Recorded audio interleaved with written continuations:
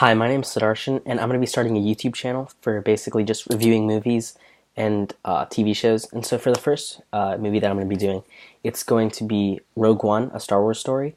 And for those of you who don't know what it is, it's basically a movie set in the Star Wars universe, and it takes place a little before, not too long before New Hope. It's like about a week before A New Hope. And so it basically tells the story of a person named Jyn Erso who gets recruited by the rebellion to go and capture plans for the Death Star, because back then the Death Star was still like being built, and so they needed to know what it was. They just knew it was a dangerous weapon, and so what they did was they had her, and for the first hour they probably just like they went around the galaxy just to like get characters for the plot, to help them get the Death Star plans. And so for me, it really slowed the movie down, and it was kind of just boring. All those characters that they got, they could have used anyone else because you didn't really learn anything else about those characters.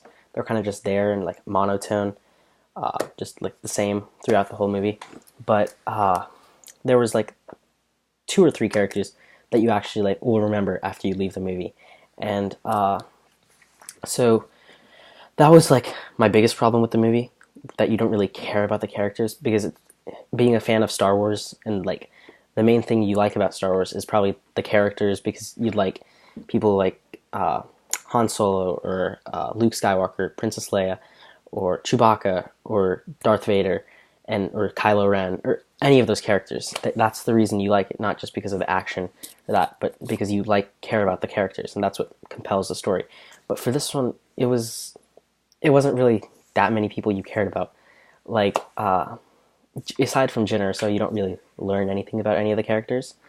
But after all the characters are like there, the plot actually moves forward, and it gets pretty like fun to watch.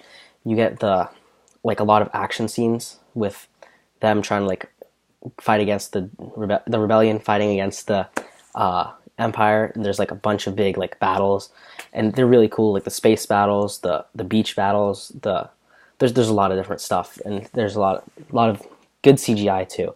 And one other problem I had with this movie was the main villain. His name was Director Krennic, and he was basically just this like imperial officer, commanding officer, who was like in charge of overseeing the Death Stars being built.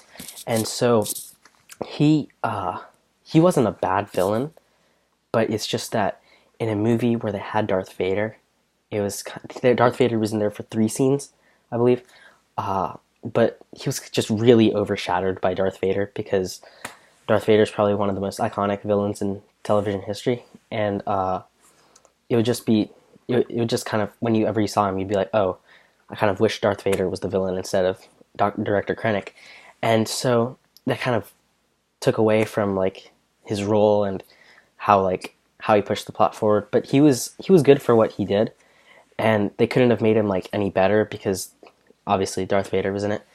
And so going on to Darth Vader, a lot of people said like without Darth Vader the movie would have been the same, but I really don't feel like that, because specifically if they hadn't put him in, they would the director would seem more like menacing and seem more like in charge of things. But there's like 3 scenes with Darth Vader, and they're like 2 of them, they're probably some of the best scenes in the whole movie.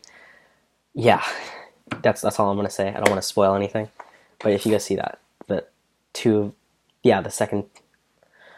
second and third scene that he's in are just like they're the best scenes in the movie.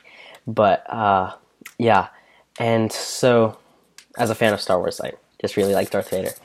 But so coming back to the end of the movie, it was a good ending, because it wrapped everything up and just like tied it all together with the entire Star Wars universe, and it really just fit in with A New Hope. Like if they'd put this movie right next to A New Hope, you'd have like, from the ending scene of Rogue One to the opening scene of A New Hope, it would have been a continuation, like the same day. But so that's one thing I really liked as a Star Wars fan, just tying everything together. And so I'm gonna give Rogue One an 88 out of 100. That last scene, the last couple scenes with Darth Vader, made it like about 5% better. So yeah, that's all I'm gonna say. And if you like this video, be sure to like it and subscribe for more videos. And tell me what I should watch and review next. Thanks. Bye.